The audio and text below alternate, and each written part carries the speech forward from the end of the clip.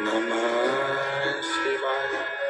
ओम नमः शिवाय।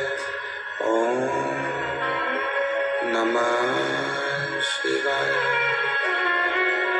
ओम नमः शिवाय।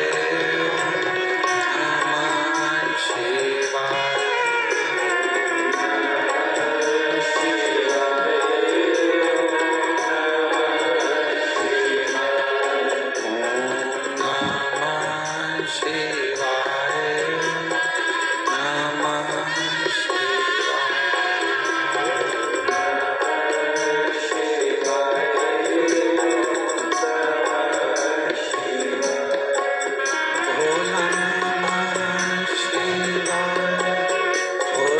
विश्व के कल्याण हेतु बाबा देवादिदेव महादेव की कृपा से ये पवित्र शिव महापुराण की कथा संपूर्ण क्षेत्रवासियों के कल्याण हेतु श्रवण करने का सौभाग्य मिला है। बड़े भाग्यशाली हैं ब्रजभूमि पर निवास करने वाले सभी संत साधु गुरुजन ब्राह्मण जन एवं संपूर्ण ब्रजभूमि पर निवास करने वाले ब्रजवासी जो इस पवित्र धरा पर भगवान श्री कृष्ण भगवान की क्रीड़ा स्थली पर आप विराजमान हैं। कथा के मुख्य यजमान श्री सुभाष चंद्र जी अग्रवाल, रानू जी अग्रवाल, श्री सुभाष चंद्र अग्रवाल, श्रीमती रानू जी अग्रवाल, श्री सौरभ जी अग्रवाल, श्रीमती सोनल जी अग्रवाल एवं समस्त अग्रवाल परिवार एवं समस्त शिव भक्त परिवार कौशिकला जिला मथुरा उत्तर प्रदेश। एक बार जोरदार ताली बजाकर श्री सुभाष जी सौरभ जी के लिए जोरदार साधुवाद, वंदन, अभिनंदन। बाबा की कृपा, दया और उनकी उदारता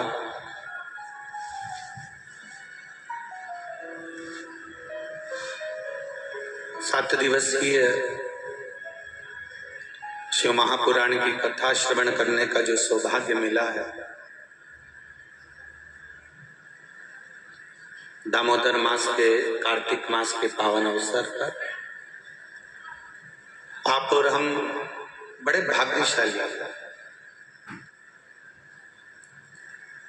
एक तो शिव महापुराण की कथा मिल गई,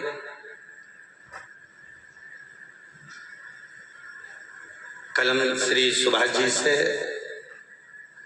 अग्रवाल जी से कह रहे थे कि अग्रवाल जी बड़े भाग्यशाली हो कि ये शिव महापुराण की कथा आपको कार्तिक महीने में दामोदर मास में प्रारंभ हो रही है और प्राप्त हुई है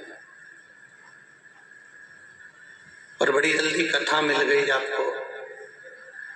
तो सुभाष अग्रवाल जी कह रहे थे गुरु जी काई की जल्दी मिल गई, 4 साल से लाइन लगा कर बैठे थे तब जाकर तो अब मिली है और आप कह रहे हो कि जल्दी मिल गई। अच्छा, इससे जजमान भी बड़े कम मिलते हैं जो मुंह पर जल्दी से जवाब दे देते हैं, अपने अंदर रखते कुछ नहीं है, जो बोलना है बोला बोला बोला और चले। कल मथुरा रेलवे स्टेशन पर लेने आए और वहां से जो गाड़ी चालू हुई और उन्होंने बोलना चालू करा,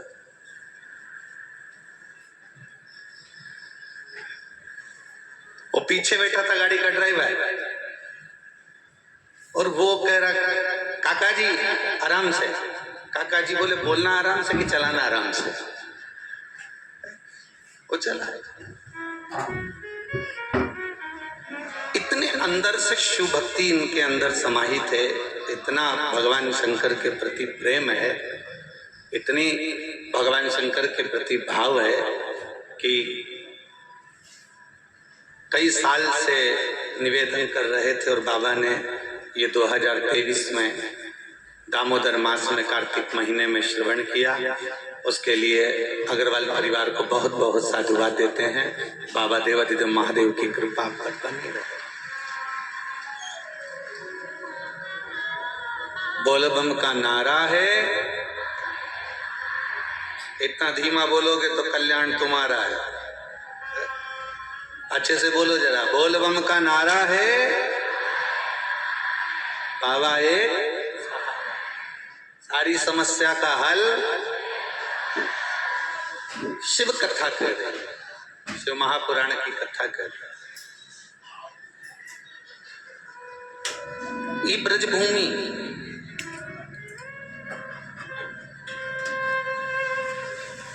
कोई कहे कि हमारे कान्हा की है, कोई कहे हमारे राम की है, कोई कहे हमारी इनकी है, कोई कहे उनकी है, पर ये ब्रजभूमि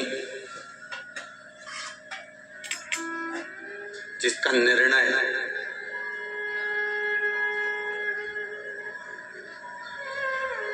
जब भगवान गौलक धाम में विराजमान है,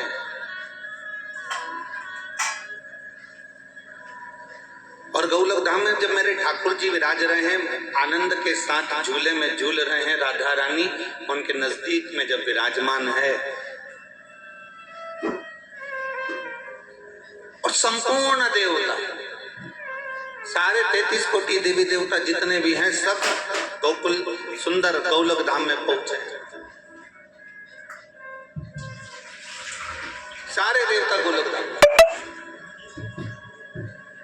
और गोलक धाम में जाकर सबने का निर्णय लिया कि भगवान कृष्ण का द्वापर में जो अवतार होने वाला है, कहाँ हो, किस धरा पर हो, किस भूमि पर।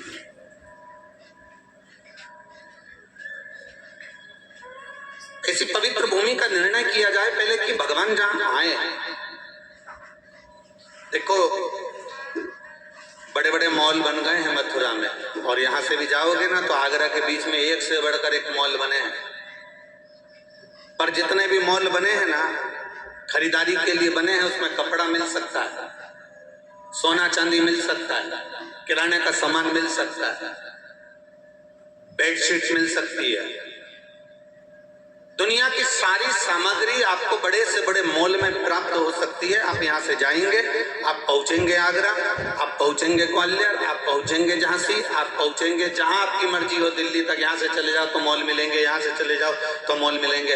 ये कथा तो सुंदर दिल्ली और मथुरा के इस हाईवे पर हो रही है, पर आप जरा अंदाजा लगा कर देखिए, दोनों साइड जाकर देखिए, बड़े बड़े मॉल मिलेंगे।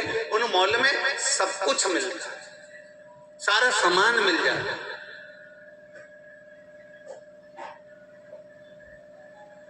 मॉल के अंदर आपको सारी वस्तुएं प्राप्त हो जाती है, सारा सामान प्राप्त हो जाता है, पर मॉल के अंदर संस्कार प्राप्त नहीं हो पाते। संस्कार के लिए आपके घर का माहौल की जरूरत पड़ती है, मॉल की जरूरत नहीं। अच्छे संस्कार के लिए, अच्छी आनंदता के लिए, बच्चों को विद्वान बनाने के लिए, बच्चों की विद्वत्ता के लिए एक मॉल की जरूरत नहीं है कि मॉल में जाओगे तो वहां संस्कार मिल जाएगा। मॉल के अंदर जाओगे तो कुछ प्राप्त हो जाएगा। मॉल के अंदर वस्तु मिल सकती है, मॉल के अंदर सामग्री मिल सकती है, मॉल के अंदर आपको कपड़े, वस्त्र, आभूषण, रतन, माणिक, मोती सब प्राप्त हो सकता है, पर संस्कार नहीं मिल सकता। संस्कार अगर आपको प्राप्त होता है तो आपके घर के माहौल से प्राप्त होता है। जैसे इस पवित्र ब्रजरज में, इस पवित्र ब्रज की भूमि पर, इस पवित्र यमुना जी के घाट पर, इस पवित्र वृंदावन की पवित्र ब्रजरज पर जब कोई आता भी है ना, तो कितना बड़ा निष्ठुर क्यों ना हो, कितना भी विचित्र व्यक्ति क्यों ना हो, पर जैसे ही मथुरा के रेलवे स्टेशन पर उतरता है, बस स्टैंड पर उतरता है, और ब्रज की रज उसके शरीर से लगती है ना, तो यहाँ का माहौल ही ऐसा है कि उसके मुख से राधे राधे निकलना प्रारंभ हो जाता है। यहाँ का माहौल है ही कुछ ऐसा, राधे अपने आप मुख से निकलने लगता है।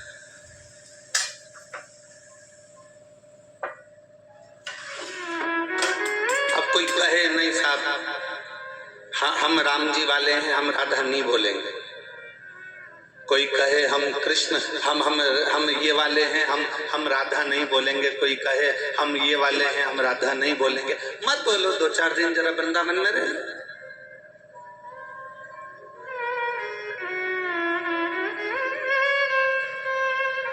जैसे पोलियो की दवा मिलती है और उससे पोलियो मिट जाता है, उसी तरह ब्रज की धरा पर ये ब्रज की जो रज है, ये वो दवा है जिससे मेरा कन्हैया मिल जाता है। ये दवा है, औषधि प्राप्त हो जाए। और कितना कितना सुंदर ये ब्रज की धरा, जहां स्वयं सारे देवता मिलकर सुंदर गोलोक धाम में आनंद के साथ, जहां भगवान कृष्ण विराजे हुए हैं झूले के अंदर, राधा जी उनके साथ बैठी हुई हैं और बड़े आनंद के साथ वहां पहुंचकर, बड़े आनंद के साथ वहां जाकर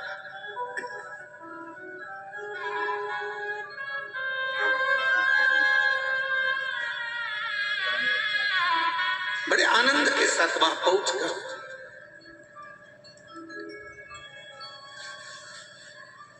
हमारे बीच में माननीय कैबिनेट मंत्री श्री चौधरी लक्ष्मी नारायण जी उत्तर प्रदेश सरकार से विराजमान हैं।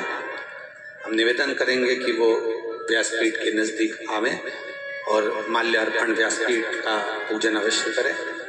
माननीय कैबिनेट मंत्री चौधरी लक्ष्मी नारायण जी उत्तर प्रदेश सरकार।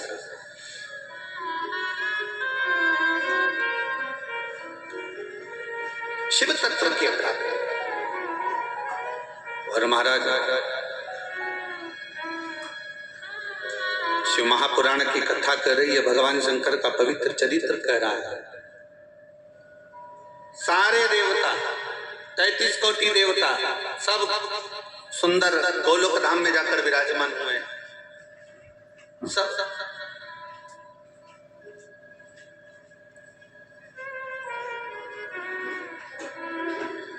और गोलोक धाम में जाकर जब विराजमान हुए, गोलोक धाम में जाकर जब विराजित हुए, भगवान कृष्ण के स्वरूप को देख रहे हैं। भगवान स्वयं इन सभी देवताओं के मुखाग्र बिंदु को देख रहे हैं।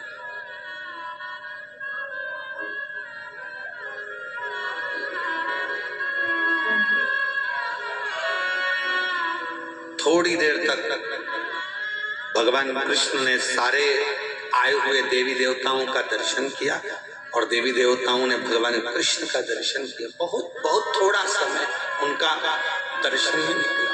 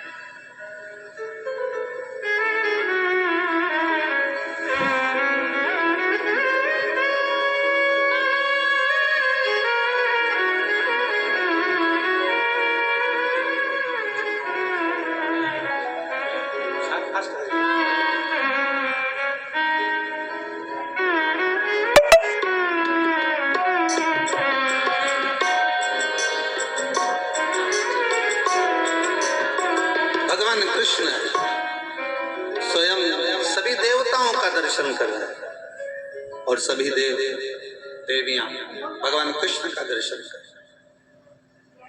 मेरे ठाकुर जी ने पूछ लिया, गोपेश्वर गोपी शिव महापुराण की कथा ब्रज की रज में चल रही, बड़ा सावधान होकर सुनना।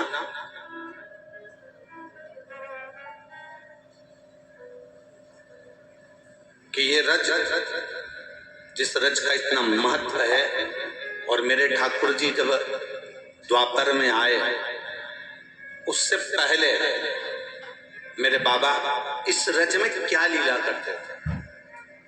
मेरे शंभु, मेरे त्रिकालदर्शी, मेरे कैलाशी, मेरे शंकर इस रज में कैसे विराजमान रहते थे, किस आनंद के साथ मेरे बाबा यहाँ पर रहे। बहुत ध्यान से सुनो और ऐसे कथा को श्रवण करना कि 7 दिन में जब हम कथा को श्रवण करें और यहां से घर जाएं कथा समापन हो 9 तारीख को, इसके बाद में जब धनतेरस का पूजन हो और दीपावली का पूजन हो, तो ये भाव आपके भीतर होना चाहिए कि बाबा आपकी झोली में इतना भर दें, इतना भर दें कि जिंदगी में एक बार आप भी शिव महापुराण की कथा करवाएं। इस भाव से कथा को श्रवण करें।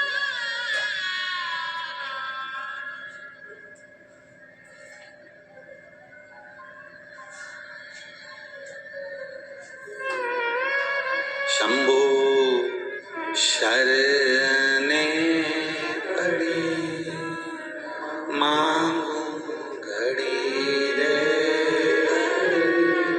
दुख काटो दया करी ने दर्शन। शंभु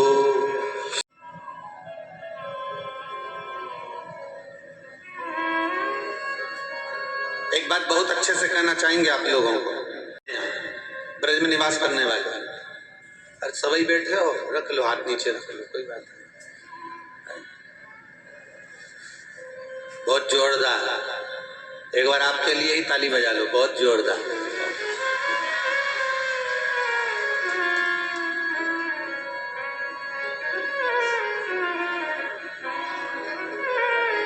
हमें तो लोग कह रहे थे कि ब्रजवासी सुनते कम है, सुनाते ज्यादा है, पर यहाँ तो देख रहे हैं कि एक बार वापिस हाथ उठाओ जरा, आस्था वालों जरा, एक इनको कवर जरूर करना हो। लोग कह रहे थे कि ब्रजवासी सुनते कम सुनाते ज्यादा, हम यहाँ कितने सारे बैठे हैं, एक बार जरा देखो तो जरा, जोरदार। चलो कोई बात नहीं है, 7 दिन तुम सुन लो और बाकी के 7 दिन हमको सुना देना, कोई बात।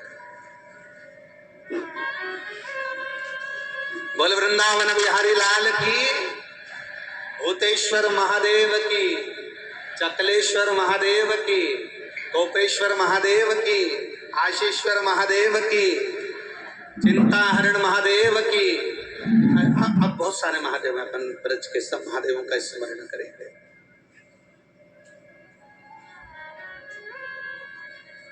देखिए भगवान सारे देवता सब एकत्रित होकर, सब आनंदित होकर, सब के सब कैलाश पर्वत पर चले और बाबा देवादिदेव महादेव के पास में जाकर सबने हाथ जोड़कर निवेदन करा, सबने प्रार्थना की।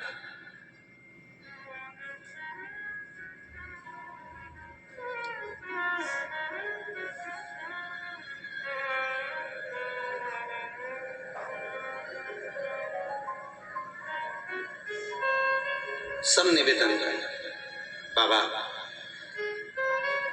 शंकर भगवान ने जो श्रवण करा, जो उनके सम्मुख में बात आई, तो देवादिदेव महादेव ने पूछ लिया क्या हो गया, कैसे आना हुआ।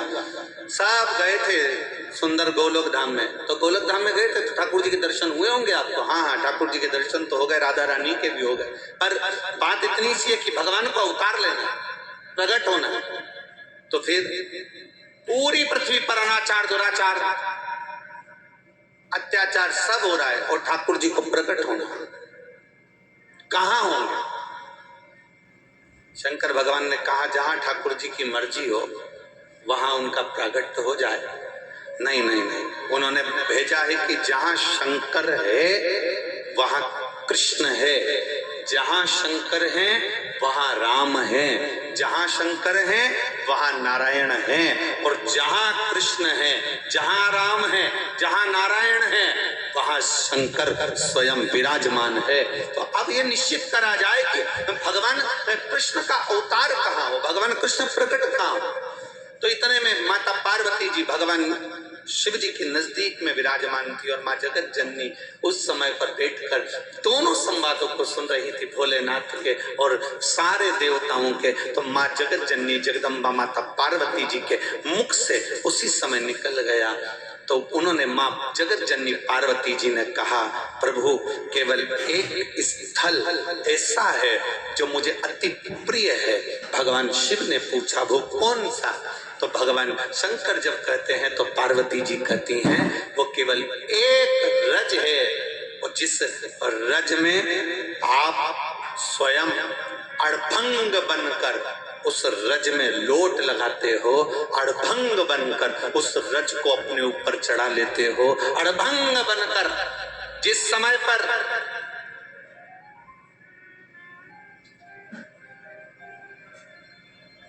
भस्मासुर को भस्म नहीं मिलती थी आपको चढ़ाने के लिए, तो जो रज वो लेकर आता था, वो रज की धरा, वो पवित्र धरा ब्रज रज की है महाराज। एक निवेदन आप कह दो द्वारकानाथ से, आप कह दो भगवान कृष्ण से कि इस ब्रज की रज में अगर वो आए तो शंकर यहाँ पर हमेशा उनके स्वागत के लिए विराजमान रहेंगे। और इस ब्रज रज में भगवान कृष्ण और शिव दोनों ही विराजमान, दोनों। अब कहोगे गुरुजी ये कहाँ की बात है कि भगवान शंकर पहले से विराजमान? अगर भगवान शंकर विराजमान नहीं होते तो जरा विचार करिए, भगवान कृष्ण ने माटी खाई और मुख में सृष्टि का दर्शन हुआ। दर्शन हुआ तो माता यशोदा जी को चिंता हुई तो उन्होंने तुरंत उसी समय पर देवादिदेव महादेव को आमंत्रित करा। आज जरा सावधानी से सुनना कथा। कई लोग कह रहे थे क्या यशोदा जी एक लोटा पानी चढ़ाती थी? क्या कौशल्या जी एक लोटा जल चढ़ाती थी? क्या दशरथ जी महाराज एक लोटा जल चढ़ाते थे? जरा कथा को सावधानी से सुनना। जब भगवान कृष्ण के मुखाग्रविंद में सृष्टि का दर्शन मेरी मैया यशोदा को होता है, तब यशोदा जी देवादिदेव महादेव को याद कर कर कहती है, बाबा मैं तेरे मंदिर रोज आती हूँ, जल चढ़ाने रोज आती हूँ। मेरे शंभु, मेरे त्रिकालदर्शी, मेरे कैलाशी, मेरे अविनाशी, आप कहाँ हो? उसी समय पर देवादिदेव महादेव प्रकट हो जाते हैं और मथुरा में आज भी चिंताहरण देवादिदेव महादेव विराजमान है। आज भी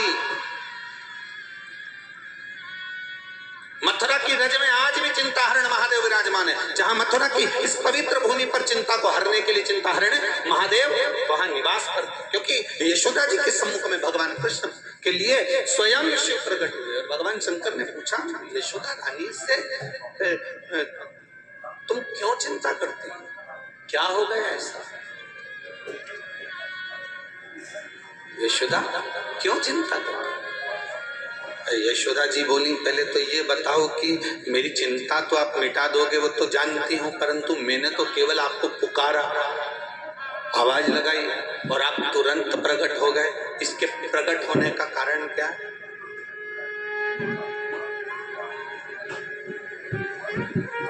कभी कभी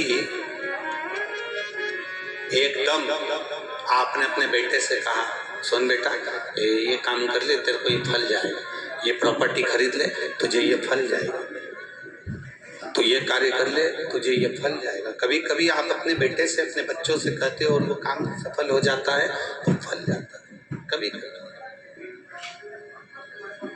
यशोदा जी ने जैसे ही भगवान को पुकारा और भगवान देवादिदेव महादेव प्रकट हो गए, तो यशोदा जी के मन में, अभी इससे पहले जो कथा हुई उस कथा में वर्णन करा था कि शिव के भक्त 3 बार रोते हैं। इस कथा के प्रथम में, इस कथा के पहले वाली जो कथा रही उसमें हमने वर्णन करा, नागपुर की कथा में शंकर भगवान के भक्त 3 बार रोते हैं। पहला, भगवान को पुकारते हैं तब रोते। दूसरा, भगवान नहीं आते तब रोते। और तीसरा, भगवान आ जाते तब रोते। तो किसी ने पूछा, भगवान को पुकारा तब रोए चल गया, भगवान को आमंत्रित करा तब रोए चल गया, भगवान नहीं आए तब रोए चल गया, पर भगवान आ गए उसके बाद रो रहे हैं, तो ये रोने का कारण क्या है? तो किसी से पूछा जाए तो वो कहते हैं, भगवान के आने के बाद, शंकर जी प्राप्त होने के बाद में शिव का भक्त इसलिए रोता है कि मेरे जैसे पापी ने ऐसा कौन सा पुण्य कर दिया जो मेरा महादेव मेरे सामने। जब चाय जैसी जरूरत की चीज आपके हिसाब से हो सकती है, तो लाइफ के बड़े फाइनेंशियल प्लान्स क्यों नहीं? ICICI प्रो गिफ्ट प्रो, आपका प्लान आपके हिसाब से।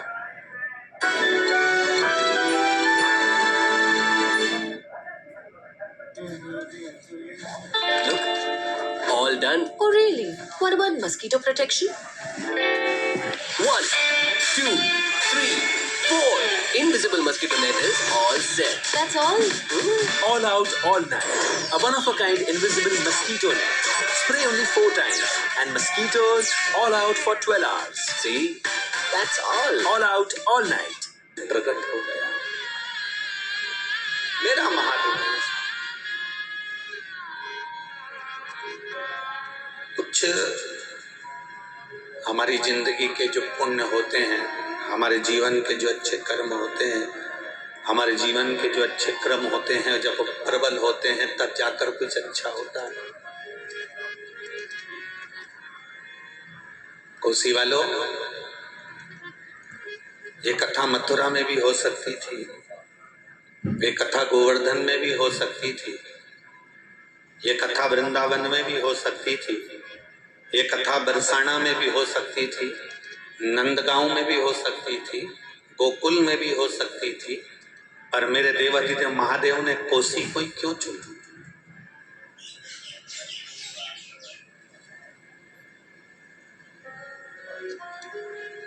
क्यों?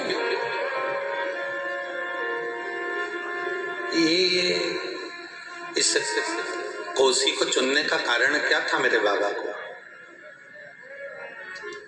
बहुत अपने मन में भी ये मंथन करिएगा कि कहाँ गुरुजी आप थोड़ा सा और आगे बढ़ जाते ना तो मथुरा में कथा हो जाती, तो स्टेशन से उतरे सीधे मथुरा में बैठ गए कथा सुन। अब हम मथुरा उतरे और मथुरा उतरने के बाद फिर कोसी आए। आपने ये कथा कोसी में दी, आखिर कारण क्या? क्या कारण? ऐसा क्या है इस पवित्र भूमि क्रीड़ा स्थली भगवान कृष्ण की कोसी कला में? ऐसा क्या है जहाँ भगवान ने इतनी क्रीड़ा करी और शिव महापुराण भी मिली, तो इस धरा को मिली, इस पवित्र भूमि को मिली? उसका केवल एक कारण था। कभी आपने अगर स्मरण किया हो तो कुर्म पुराण में एक बड़ी सुंदर चरित्र लिखा,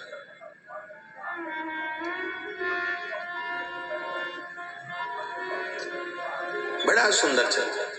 एक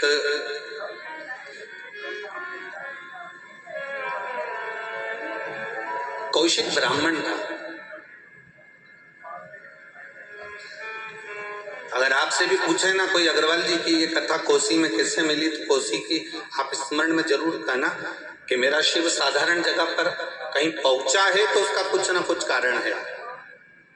उस भूमि पर अगर पहुंचा है मेरा देवाधिदेव महादेव तो कुछ कारण हो सकता है। और आज सब आप गौरव महसूस करिएगा कि कोसी की इस पवित्र भूमि पर कथा सुन रहे, व्रत 84 कोस की इस पवित्र भूमि पर बैठकर कथा सुन रहे। आज आपके भीतर गर्व होना चाहिए कि ये वो धरा है जिस धरा का वर्णन कुर्म पुराण के अंतर्गत वर्णित किया। कहा एक कौशिक ब्राह्मण था और ब्राह्मण इतना विचित्र था कि उसको क्रोध बहुत आता था, बहुत क्रोध, और इतना चिड़चिड़पन, इतना क्रोध और गलत कार्य करना, गलत विचार रखना, गलत सोच रखना और चिल्ला चोट करना, ये वो कौशिक ब्राह्मण जो था उसको बड़ा क्रोध भरा हुआ था। अब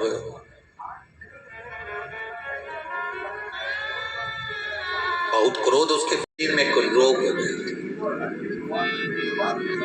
एक रोग उसके जीवन में, एक शरीर में एक रोग आ गया और उसके शरीर में कोढ़ का रोग हो गया।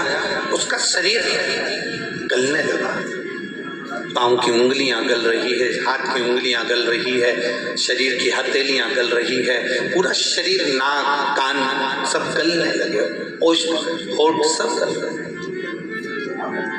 उसकी पत्नी थी जिसका नाम था कौशी, जिसको कुर्म पुराण में कौशिकी भी कहा गया। उसका नाम था कौशिक, जिसको कौशिकी भी कहा गया। पत्नी को दिखा कि मेरा पति बहुत चिड़चिड़ा है, क्रोधीला है, अपशब्द कहता है, गाली देता है, आड़ा टेढ़ा कहता है, पर उसके शरीर में रोग हो गए। अब धर्म पत्नी जो होती है ना, वो बड़े धर्म को निभाती भी है। अगर पति बीमार पड़ा है तो उसकी सेवा में तल्लीन भी रहते हैं। कोसी ने अपने पति को देखा कि ये कोढ़ से ग्रसित है, सारी दुनिया उससे नफरत कर रही है। एक तो वो चिड़चिड़ा, अपशब्द बोलने वाला, ताना देने वाला, और पत्नी उसकी सेवा में लगी है, सेवा में लगी ऐसी कि पति आज भी चिड़चिड़ा है, अभी भी क्रोध कर रहा है, इतना रोग होने पर, शरीर में इतना कष्ट होने पर भी अगर 1 मिनट देरी से अगर भोजन ला कर दे पत्नी, तो पति उस थाली को उठाकर पत्नी के मुख पर मार देता है।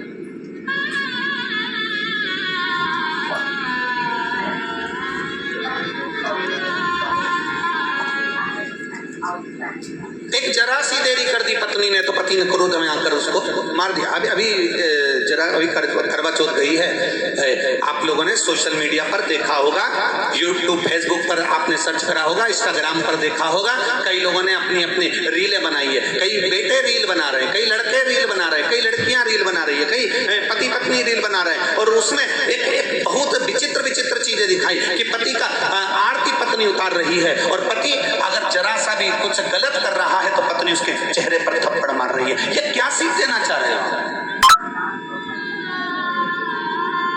आप में से किसी ना किसी ने तो रील देखी होगी ना, जिनने देखी जरा हाथ उठाना। हाँ उठा हुआ है, देखी कि नहीं देखी? देखिए ना, कई लोगों ने ऐसी रीलें बना बना कर डाली है। पति अगर कुछ गड़बड़ करा, पत्नी ने आरती करते करते उसके चेहरे पर थप्पड़ मार दिया।